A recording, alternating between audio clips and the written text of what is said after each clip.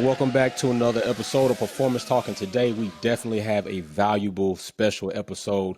We have companies and foundations involved in doing some great work in the community. I'm going to introduce my guest. First is Brandon Nicholson from the Hidden Genius Project. If you could wave at our audience so they know who you are. And then Hello there. next, no doubt, Matt Dennington from McLaren. No reason for him to wave. He's got the papaya colors on, so I'm pretty sure everybody identifies that. How are you gentlemen doing today?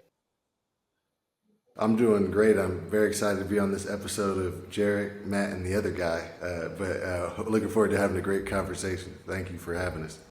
Thank you for coming, Likewise, Matt. How Jarek. about yourself?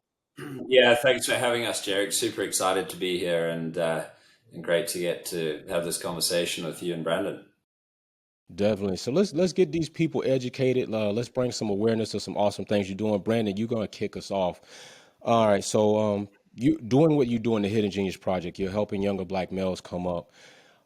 People may wonder what in life has given you the experience, the tools, and the ability to guide these young men onto a better path. So if you could tell us what happened or what took place in your childhood to your adulthood that would lead you to do something so great as this. That's a big one, but we don't have that much time on the show. I would just say we have a very proud legacy. Been here for now a decade, and founded by a core group of Black male technology entrepreneurs who were building businesses and working in the space, for profit, and wanted to pay it forward and didn't want to have to wait. They just saw a great deal of potential and opportunity in our young people, certainly in our Black boys and young men, and I think in our young people writ large. And then also saw, just a great opportunity for our young people to be leaders, right? So wanting to make a better community for everyone, wanting to lift all boats by rising the tide for this particular group. And really understanding that the work we have the opportunity to do every day is for the good and the hopefully empowerment and well-being of the young men we work with, even more so than say the strategy of Silicon Valley or shoring up numbers and representation. We don't think a whole lot about that. This is about making sure our young people can achieve their dreams, do what they love, and build and innovate and just do what they know how to do, but just need more access to be able to do. And so for me, just growing up, I always wanted to make sure there were as many opportunities for people, because so much of what we experience just gets decided as a function of where we were born, just wherever the egg got fertilized in whatever zip code, right? And, we didn't do a whole lot else after that. So being able to create more access and equity for people who may have just had that egg fertilized somewhere where they weren't going to get that many opportunities, that's a really big deal for me. Okay, awesome. So I wanna go into this because there's something that I did notice and I definitely like. So I believe in the power of words, and not only words, imagery as well. So if you could elaborate for them the purpose and the reason for referring to the young Black males as geniuses in your program, because I notice you all use that a lot. So could you elaborate on that? Man, what would it be like if I'm sitting next to this young person and I'm just talking about everything that they're not and what they don't have going, and they're brilliant? You know what I'm saying? So the flip side, right, the converse is to be able to have that assets-based approach and say, hey, you're going to mess up today. I'm already knowing. You're going to do something stupid. Right. Because you're 15. You're a 15-year-old. Right. You know what I'm saying? Like, this is what you do. But you're a genius. You know what I'm saying? And you deserve opportunity. And there's a lot coming your way. And there's, an entire world, maybe most of which none of us has ever seen, but certainly you, that we want to keep showing you, and then have you make decisions about what you want to do, because you deserve to do that. So just keep calling you genius, genius, genius. So it's a safe space. It's a powerful space, and also they have their brothers, right? So they're they're a band of geniuses, as it were, or, a fellowship of geniuses, and hopefully they see the young people and the people in their communities that way, whatever age and background they might be. Right. So, Matt, we're going to switch over to you because I got to ask you something in regards to like everything that you all have going on. Now, big shout out and congratulations. I mean, I didn't get a chance to congratulate you back in 2017, but McLaren drafted you, and obviously for a good reason. You've encountered several programs. So out of your time in the industry and your experience, have you ever encountered a program such as the one that Smartsheet is offering via the Sponsor X program ever? This is very unique. I think it's not often that organizations will give up valuable marketing inventory to a non-profit. But then again, when you get to know Smartsheet as a business, their leadership, their people, their values, it's not that surprising and not that unique. They're an organization that really are driven to empower people and to keep people sort of moving forward to drive meaningful change. And that's why we love being a part of this. It resonates really well and authentically with our own purpose. That purpose being the fearless pursuit of better. Better being a journey, not a destination, and it's this ethos and this thought of continuous improvement in whatever we do, and that may be to perform on track, but also off track. And we're certainly at the start of our journey around DE&I, and to be involved in these projects is incredibly exciting and certainly eye-opening. So certainly thrilled and excited. And we kicked the initiative off in Australia with Deadly Science at the beginning of the year, and we've taken a lot of learnings from that. And Brandon and I were chatting the other day, and we walked in Australia, and hopefully we're going to run next week in Austin. And certainly thrilled and privileged to be doing this with Brandon next week in Austin. Right. Big shout out to Corey Tutt at Deadly Science. But Brandon, I mean, let's not kid around. Circuits of the America COTA, Texas GP, probably a premier. No, it is a premier destination. It's a big deal. It's adored by many Formula One spectators and drivers. And now the Hidden Genius Project name is going to be debuted on that MCL 36 on track. What does that mean to you, and how does the Hidden Genius family feel about this opportunity?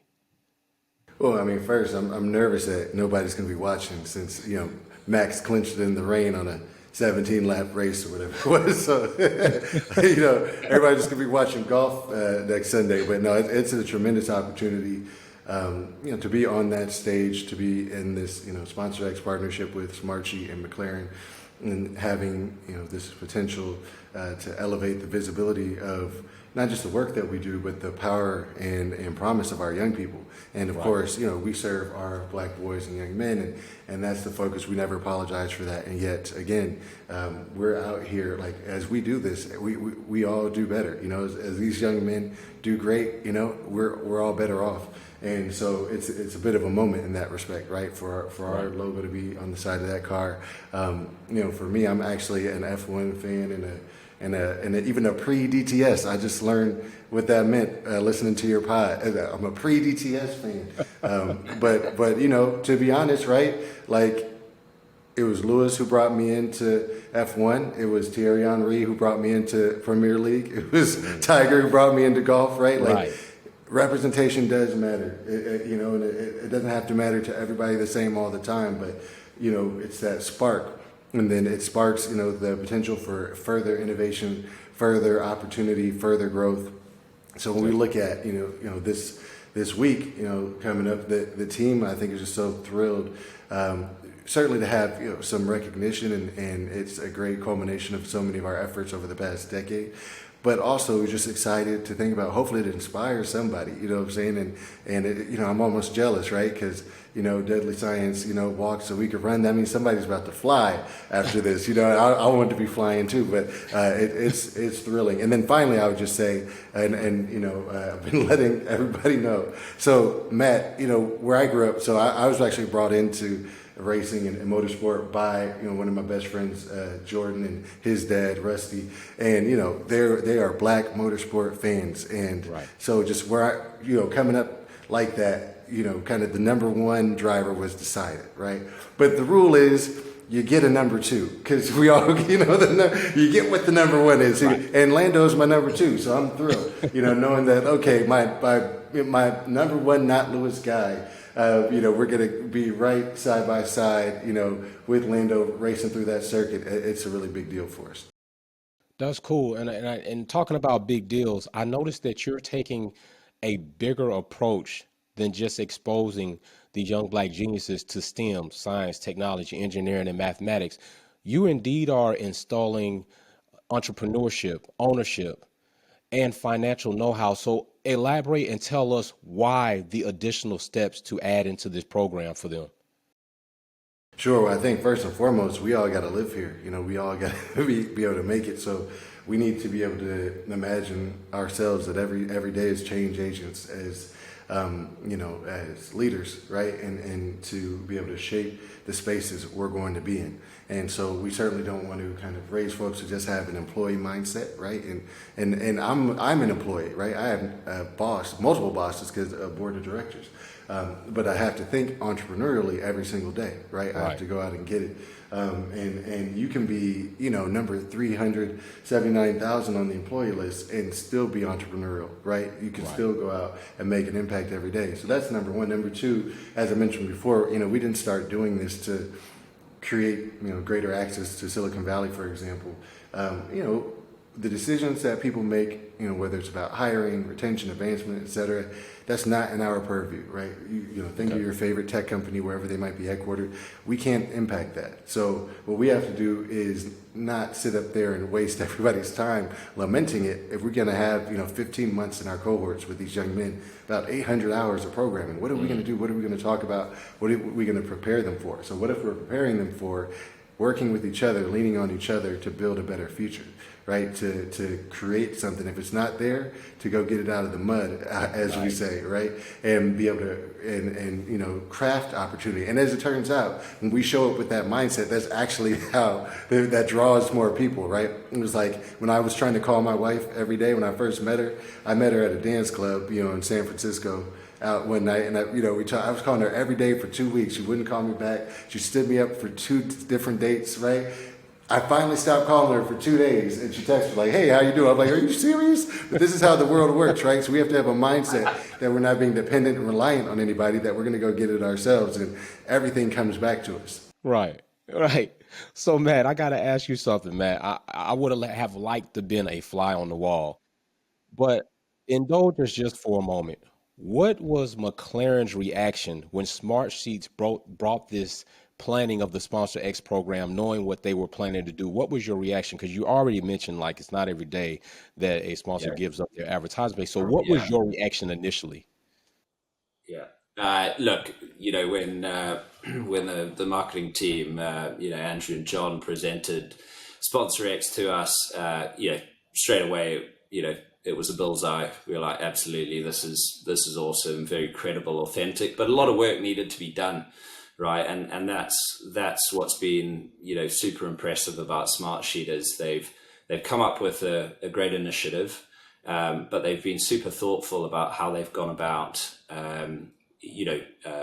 looking for the right partner to work with, and hit the nail on the head with Deadly Science in Australia, and with my brief interactions with Brandon and some of the insight that Smartsheet and the rest of my team have given me, absolutely knocked it out of the park here in the US as well. So really it was, we knew the opportunity and the initiative was a great one, but a lot of work has had to be done, and Smartsheet have done a great job in sort of opening up and ensuring that this program is super meaningful.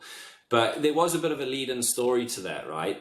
I was in a meeting right at the beginning with the CEO of Smartsheet, Mark Mader, and Zach Brown, my CEO at McLaren Racing. And bear in mind, as a race team, our marketing engine is us going racing on track. Yes, we've got a great fan base and great channels, and we'll do everything we can to keep those fans engaged. But our marketing engine is through our on-track performance, but also through the lens of our partners. So we want to incentivize and work with our partners to have the best ideas so that we can compete off the track with any other sports team in the world. So Mark Mader said to Zach, "Hey, listen, can you give us some tips and advice on how we can start this relationship off on the right footing?" And Zach said, "Look, no idea is a bad idea, so throw it at us. We want to be impactful, unique, and straight off the bat, the guys in the Smartsheet marketing team came up with some great ideas. So it really started there, and it's just so great to see all of this come to life. And again, super excited to see it happen on the ground next week. It And I is. just want to add my relief as I found out, because when Smartsheet reached out, I was worried we were going to have to just pay for it. You know, they're like, like Which when is something scalping I'ma get tickets, they're to. like, I got two real close to the car. You want them? I'm like, how much?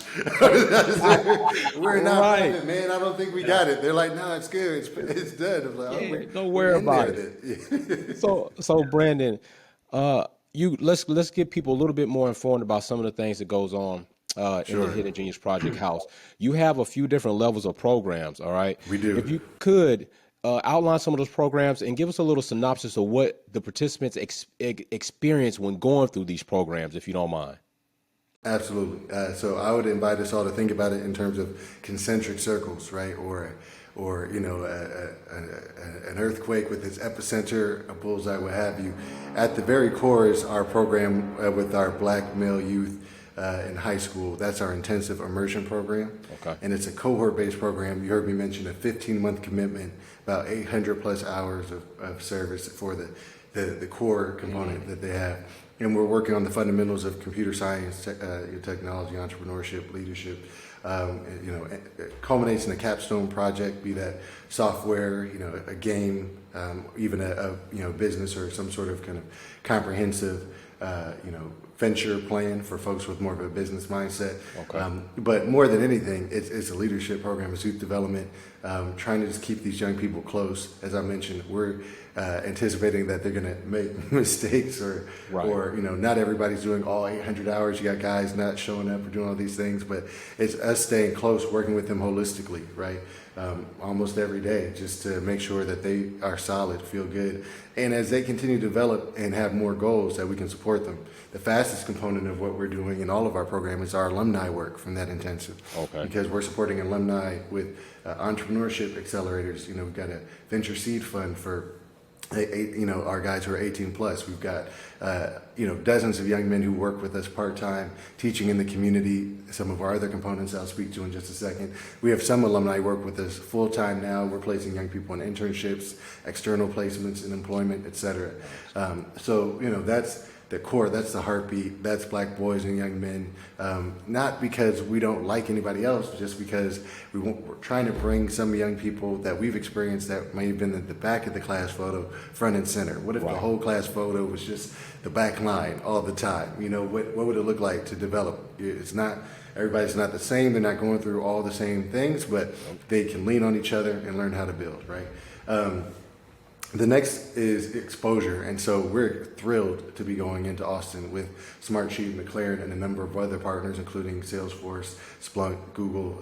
We even have Cisco pulling up, and Sphero, actually. But to do an activation next week, we call it our Catalyst programming, to spark interest, expose young people to the space just for a moment. And we love doing programming that's combining tech and sport.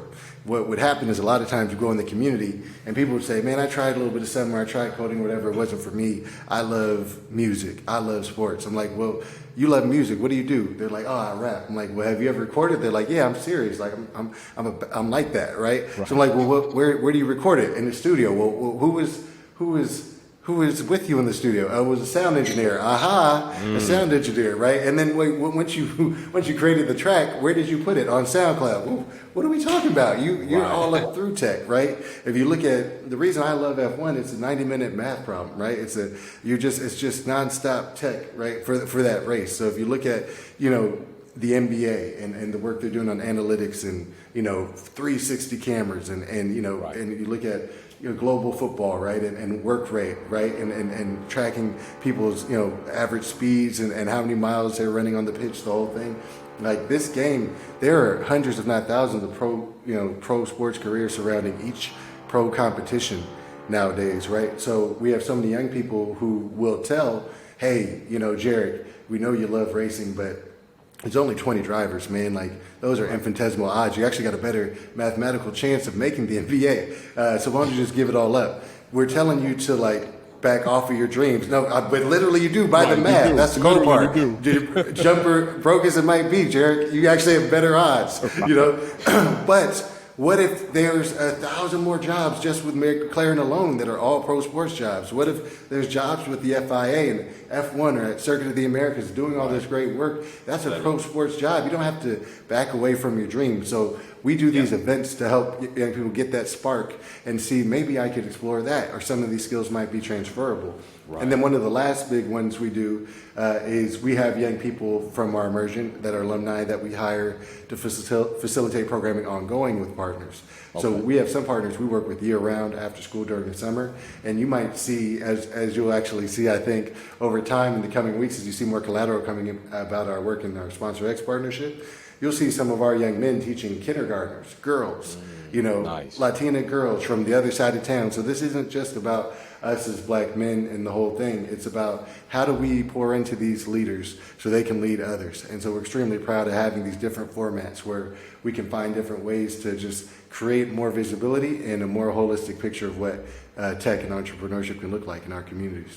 Love it. Love it. So then I'm going to go into this. Definitely love how you expounded on the other additional opportunities in Formula One. And I think that kind of happens, especially as young kids look at all major markets of sports. You just see the players, but you're forgetting that this is being televised to you by way of, you know, people working in the background, the whole thing being set up and being taken apart. And that's very important for people to understand there are other ways for you to contribute to the sport or to the industry aside from being on the court, the field, or the track. So then I ask you this, Brandon, in your experience, since you've been dealing with this, what do you think, or have you ever kind of pinpointed some things or some variables that may have led for the lower percentage of STEM graduates coming from black communities or underserved communities? Well, I'm definitely glad you asked, because I've got an opinion, and I don't know if Matt has noticed this about me. I'd like to think about stuff and talk a lot of stuff, but you know, everybody's being a good sport. Thank you. No, well, here's the thing. Okay. So as it turns out, the percentage and volume of STEM graduates is increasing in our community by the numbers. Now, what's staying stagnant is if you look at what they would call now the manga. It used to be FANG, because it's now Meta, Apple, Amazon, Netflix, Google, right? You know, you start looking at all those companies and their hiring. People, what we do is we benchmark the hiring based on these firms, and then we're saying, oh, we're not growing, we must have a sourcing issue. But what's happening is actually the degree attainment for computer science alone is something like, for example, black, undergraduates represent anywhere between 4 and 6% in any given year of all those degrees, right? The hiring is anywhere between 1 and maybe 2, you know what I'm saying? And so, you know, and you're seeing more and more exposure. You're seeing entire initiatives getting entire states to have to mandate computer science access.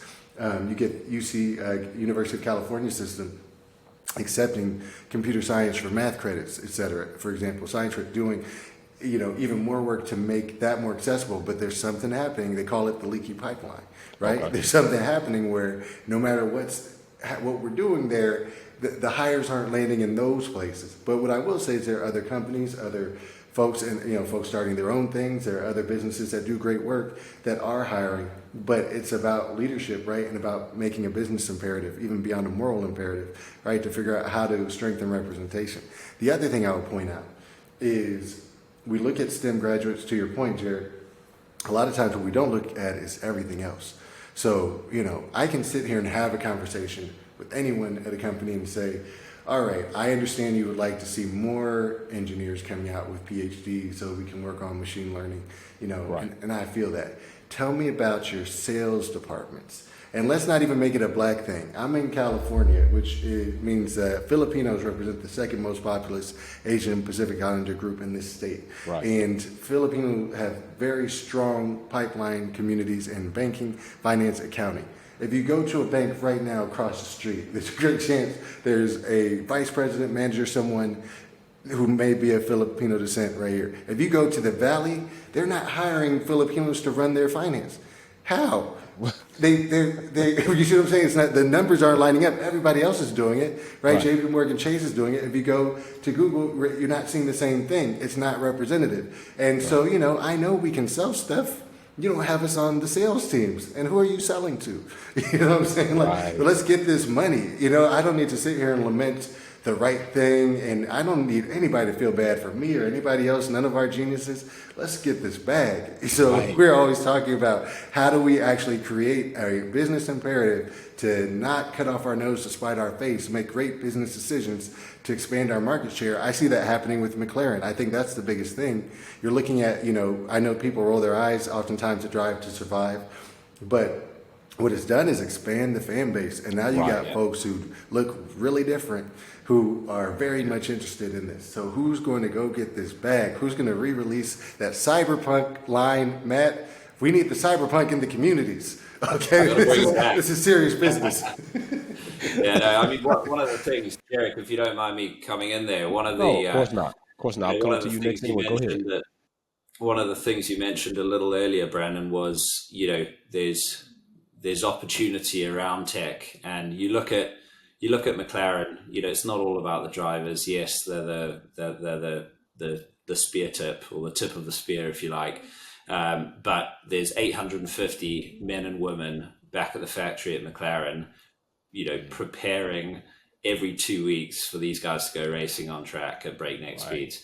And those individuals are a mixture of, yes, a lot of sort of engineering and simulation, data science backgrounds, but, you know, from a marketing and commercial, finance, HR, the opportunity around technology is far greater than just STEM topics. So it's just about the education and, you know, getting an understanding of the environment, because everyone needs salespeople as well, right, Brandon? Right. So then on top of that, Matt, like we already know McLaren, if you don't know, McLaren's involved in some pretty awesome things. All right. You got XC, they believe in racing without a trace. Now you're collabing with Smartsheets via this Sponsor X program, and they believe the good work is not done after the race, right? And you all are taking an extra step, it seems like, to provide the foundations like Brandon at the Hidden Genius Project and Corey Tutt at Deadly Science with Smartsheets accounts, if I think I'm correct. What was the reason for taking that extra step and providing such tools such as that? Yeah, so sorry if I'm getting the question right. It's how we're interacting with Right. Smartsheet, both at McLaren and the Hidden Genius.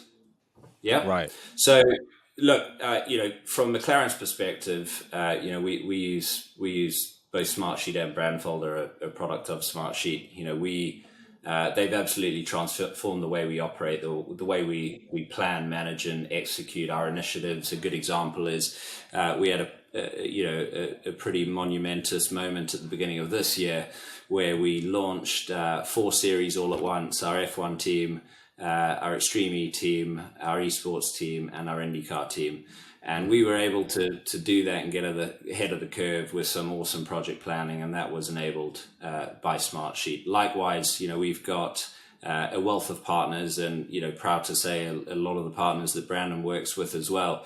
And you know, every race weekend, we're taking images, we're taking videos, and we're uploading those real time onto the Brandfolder system. And this system just allows us to service our partners better, for our partners to be able to track, you know, how they use this inventory real time, and to be able to pull it off. And we'll see the benefit of that this weekend through the work we'll do with the Hidden Genius. So, Okay. so in terms of the product and service that Smartsheet give us, you know, second to none. And I know that they're also supporting the Hidden Genius beyond just you know, the big visible branding. So there's a lot of depth to this initiative, and hopefully, and no doubt, Brandon and the Hidden Genius will see the benefit, you know, like we've seen it.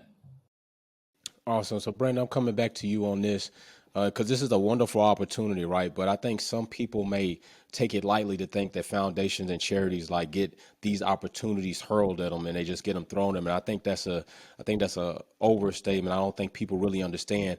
Can you tell people some of the challenges that you encounter getting support such as what McLaren and Smartsheet are offering for foundations and charities to improve their footprint or their reach in the community? What kind of challenges do you encounter along the way with trying to get those type of resources? Absolutely, and I'd love even just to kick this around with Matt a little bit, just because this is the vision board moment for me, and I think I try and take myself out of it now. We're a decade into this, and being the leader of this organization, I'm trying every day to become a better leader and think about, hey, it can't be about me. Even if I'm going to be the lead ambassador, I don't want to be the face of the organization, right? The whole thing.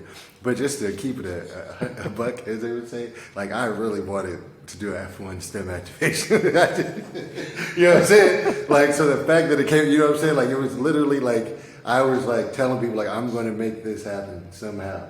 And so it manifested. That's amazing, right?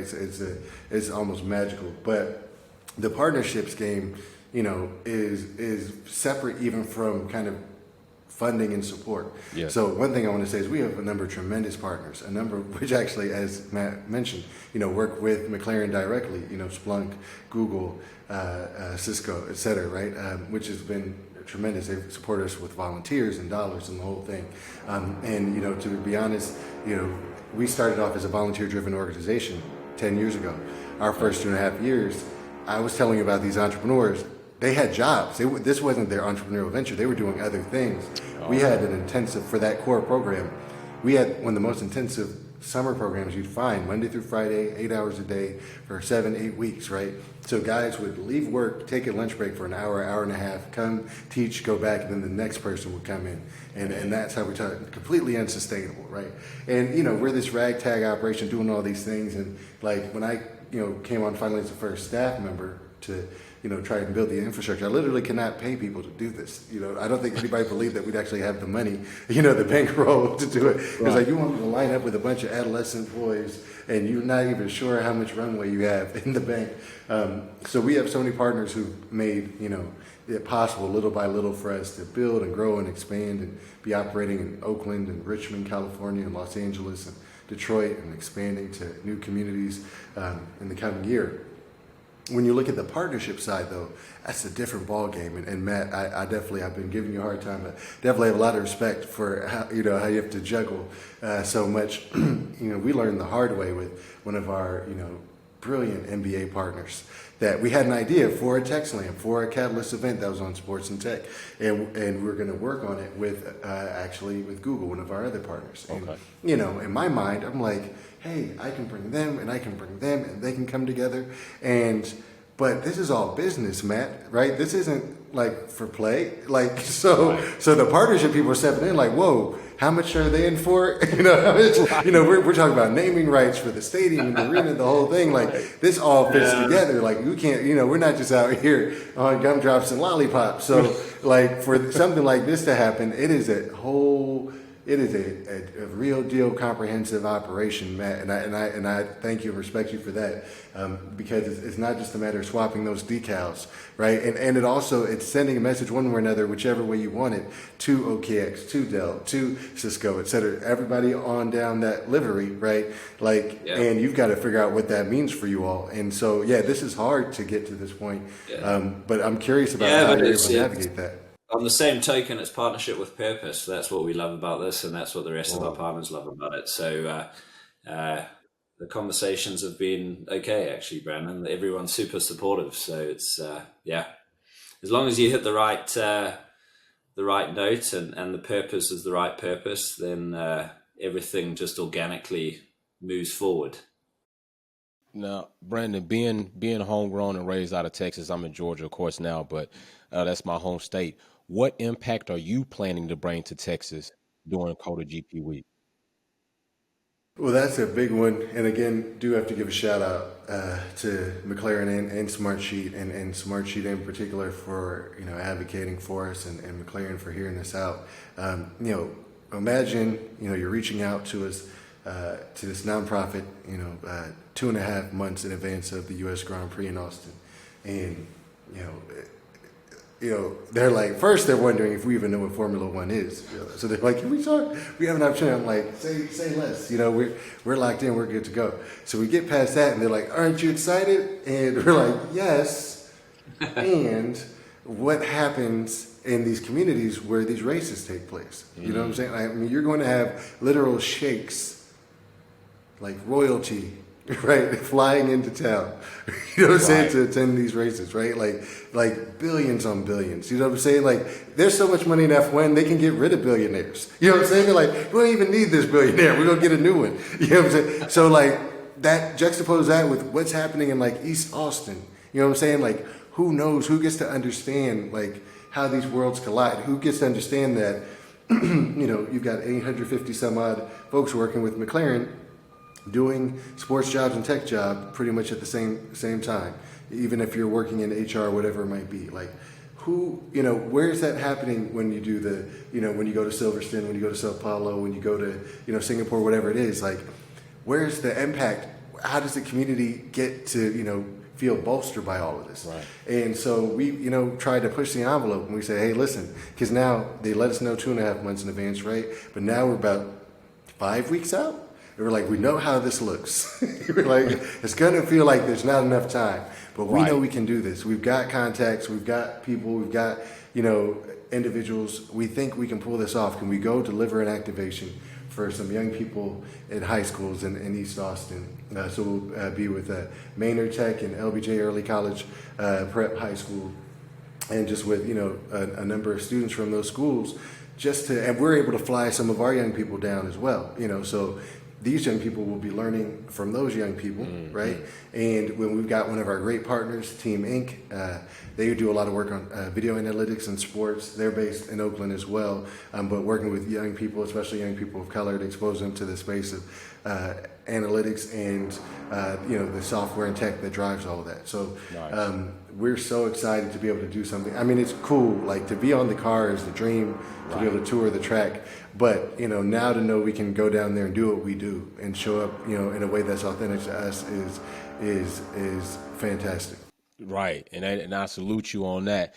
And Matt, if you could kind of provide some information, if possible, some perspective. I think people may not fully understand what it is or what it takes to have your logo ride passenger side on the MCL 36, that papaya car. They might just think, you know, they're just paying for this one spot. How does that work? If you could give them a range of maybe finances that are included in that, how does that all work? Yeah, sure, no problem. Well, look, first of all, you know, proud to say we work with a group of partners that there's always a very credible, authentic story to the relationship and the partnership. So all of our technology partnerships we work with have an impact in helping us go faster on track or within our business. So it starts with the story. The story enables, you know, them to communicate to broader audiences, either business or consumer audiences, and ultimately with a view to driving you know, a commercial impact or a commercial return from it. You know, in terms of, yeah, it's a global proposition. There's 450 million sort of viewers per year that view F1 races. The fan bases are huge. We've got about 20 million social media followers, about, you know, 330 million fans for McLaren. So it's a huge audience and a huge global audience. It's not cheap to run a Formula One team. You know, it's been well documented that Formula One has started to implement a cost cap. That cost cap's at $140 million. It's just been increased ever so slightly because of all of the you know, the costs of electricity and supply chain issues and so on and so forth. So, you know, if you're running the team at sort of $150 million, that gives you you know, plus drivers, plus marketing, everything else, that gives you a good indication that, you know, the partnership and sponsorship revenue is a significant part of that. And it's certainly for McLaren, it's the lifeblood of what we do. You know, we don't have sort of big manufacturer money coming into the team. It's about the work we do with our partners, the work we do with our fans, and also, you know, hopefully we do well on track and get some money in through prize money. So hopefully that gives you a kind of a broad view on how it works. But that's, you know, that's Formula One. We work in you know, we've got the other racing series recently gone into Extreme E. You touched on that a little earlier. That's obviously not quite at the scale of Formula One, but again, just provides another storytelling opportunity. For McLaren, it's a great opportunity for us to leverage our sustainability agenda, especially our DE&I criteria. Jarek, you interviewed our first ever female driver, a couple of months ago, Emma Gilmore. So we've got one male, one female driver, and we used Emma, we used Tanner to really drive awareness of our program. STEM education at a young age is super important for McLaren. We've got over 30 STEM ambassadors within McLaren Racing. They go into schools. They're very active. They come from diverse backgrounds. It's something that we're very passionate about. And then just last thing on that is our strategic alliances. We've focused very much on a program called McLaren Engage, which is predominantly based in the UK, obviously where we're headquartered. And we work with 4 strategic organizations, some similar to the Hidden Genius based over here. So the Women Engineering Society, Creative Access, the Small Piece Trust. I'm missing one. What is it? It's Equal Engineers. And we work with those organizations to support us in finding opportunities for underrepresented communities. We've given away 25 bursaries this year to help get young aspiring STEM graduates into the tech space. So we're committed to this. We're going to continue to roll that program out more broadly. We want to do it in the US. We've got a lot of US partners. So more of these interactions, just shout out to us how important the topic is, and hopefully we can continue to leverage this relationship and ecosystem as time goes on. Nice. So, excuse me, Jared. Can I just double check? Did Matt just call McLaren Plucky? Are there a Plucky operation over there? Because I've seen enough music videos, Matt. They call that a foreign where I'm from, Matt. Y'all got it. And they said, hold up, don't do that. Yeah, he was like, hey, man, we don't have all that manufacturing bread like Mercedes. I got you, Matt. I'm just saying, you're going to be all right, though. We can do this. Yeah. Don't do that. Don't do that. So, hey, Jared, well, you're the one, and Jarek, I know you have some very strong feelings about this cost cap situation as well. Right. I've been tuning in. So definitely, that's a fact. Guys, it's very important, and I tell people it's important for a cap to be in all sports to try to keep things competitive and evenly. If you got somebody who just run away with it, when you got those deep pockets, those papaya pockets, you could do a lot if you didn't have a cap. Right? Just saying, no shots given. So, Brandon, you referred to this term I was going to use, and it's called "get it out the mud." And for people that might not understand that terminology, that's when you build something out of the ground up. All right. Now, Brandon, you had a drive, and I could imagine it was a drive of just seeing what I could make happen. But now you've made it happen, and now you have to continuously make it happen. And now I want to know, what is your drive going to be like to press forward after this McLaren, after this Smartsheet via Sponsor X program? What is your drive going to look like to press this program forward, the Hidden Genius Project, to reach other communities in the world? Right. Thank you for asking that. I think for me, I actually have to try and maintain a balance. I was just speaking with our board chair about this earlier today. Is how do we continue to envision greater opportunities, not just for the organization, but for our communities, and not just locally and not just nationally, but even globally, right? And understanding the great opportunity we have, but sometimes even a great obligation, because honestly, this stuff is working, Right. We're just looking at these young men. Again, we're calling them geniuses, and you look up, you're like, oh, you did that. You know what I'm saying? Like, sometimes I'm looking at these guys like, man, I was just saying it. I didn't know you were going to do that. You know what I'm saying? I mean, they pay me to call you a genius, but this is really good. But, right. So we're trying to build, we think about different communities like Atlanta and Chicago and Baltimore, et cetera. But we've been able to program twice in London, in the UK, with, young people from, throughout the city from so many different backgrounds, identities, racial identities, gender identities. We've been able to travel to Johannesburg. And again, when we're doing this, and Jarek, I think you saw the video, right? Like, it's our young people leading it. You know what I'm saying? You see them front and center in the frame.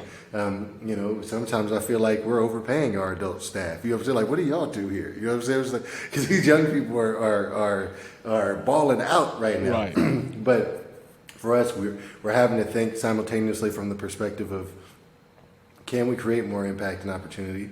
But also, can we be, you know, mature and sustainable? Can we not, you know, think about ourselves as an empire, you know, pursuing a manifest destiny where, you know, this only matters if we're taking over the world. But at the same time, you know, if there are questions to be asked, conversations to be had, opportunities to, again, inspire young people to do something they were already born, you know, wherever they might have been born, they're already born capable of doing, right? And then get the right inputs and access. You know, can we help push that forward?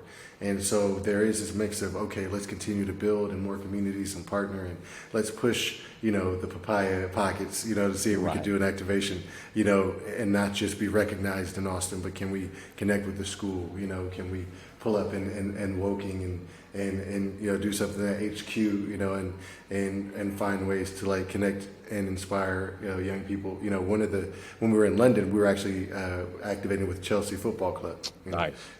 2018, 2019, we were like, man, 2020 is going to be the biggest one yet.